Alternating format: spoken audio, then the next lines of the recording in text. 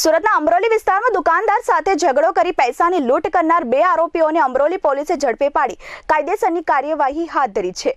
પકડાયેલ આરોપીઓએ 18,000ની લૂંટ કરી હતી।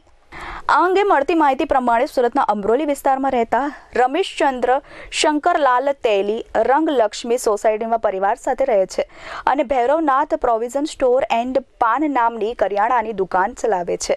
ત્યારે તારીખ 27/9/2024ના રોજ સાંજના 7 વાગ્યાના અરસામાં તેઓ દુકાન પર બેઠા હતા।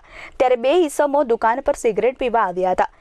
અમિત ઉર્ફે નેપાળી તથા આકાશ ઉર્ફે અજ્જુ નવાબે દુકાનદાર રમેશચંદ્ર પાસે આવી જોરથી બૂમો પાડી સિગરેટ માંગી હતી, જેથી રમેશચંદ્રએ થોડી વારમાં સિગરેટ આપું એમ કહેતા બંને યુવાનો ઉશ્કેરાઈ ગયા હતા અને મહિલાઓ હાજર હોય ગાલગલોચ કરી મૂકી હતી, જેથી દુકાનદારે ના પાડતા બંને ઈસમો દુકાનમાં ઘૂસી ગયા હતા અને દુકાનદારને મારવા લાગ્યા હતા।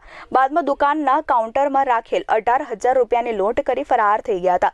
સમગ્ર મામલે દુકાનદારે પોલીસ ફરિયાદ નોંધાવતા પોલીસે તાત્કાલિક જ બંને આરોપીઓની ધરપકડ કરી છે।